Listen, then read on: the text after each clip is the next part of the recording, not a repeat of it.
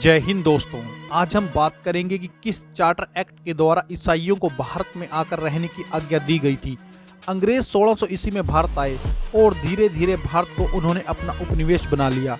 लेकिन इनमें एक ऐसा ब्रिटिश सांसद भी था जिसने ईसाइयों को भारत में बसाने के लिए ब्रिटिश साम्राज्यवादियों को अपनी बात मनवाने को मजबूर कर दिया था, जिसका नाम विलियम विल्बरफोर्स था, जिसका जन्म 24 अगस्त 1759 ईस्वी को इंग्लैंड में हुआ था। यह एक ब्रिटिश सांसद तो थे ही, साथ में ही इवेंजेलिकलवाद के बहुत बड़े समर्थक भी थे।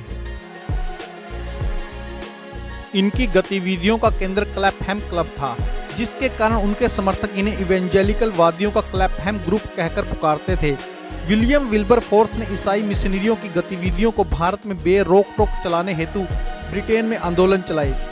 सन 1793 ईस्वी में ब्रिटिश सांसदों ने ईस्ट इंडिया कंपनी के चार्टर का नवीनीकरण किया, तो उस समय विलियम विल्बरफोर्स और उनके समर्थक इवेंजेलिकल वादियों ने संसद में आवाज उठाई थी कि इस चार्टर एक्ट में एक पवित्र धारा जोड़ी जाए, जिसमें कहा गया कि ईस्ट इंडिया कंपनी अपनी बस्तियों व छावनियों में ब्रिटिश व भारतीय लोगों को धार्मिक शिक्षा देने हेतु पादरियों को नियुक्त करे और धार्मिक शिक्षण संस्थानों की स्थापना करे। जिसके बाद ईस्ट इंडिया कंपनी के अधिकारियों ने इस पर काम करना शुरू किया और इवेंजेलिकल वादियों ने ईसाइयत को श्रेष्ठ बताया और कहा कि जो भी भारतीय इसमें आगे आएगा उसका स्वागत किया जाएगा और यही आधुनिकीकरण लाएगा और मानवतावाद को फैलाएगा।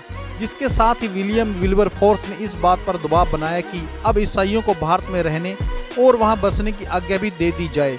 विलियम विल्बरफोर्स और उनके इवेंजेलिकल वादियों की सफलता और दबाव के कारण सन 1813 के चार्टर एक्ट में धारा 23 को शामिल किया गया, जिसके अंतर्गत ईसाइयों को भारत में जाने, रहने तथा बसने की आज्ञा दे दी गई।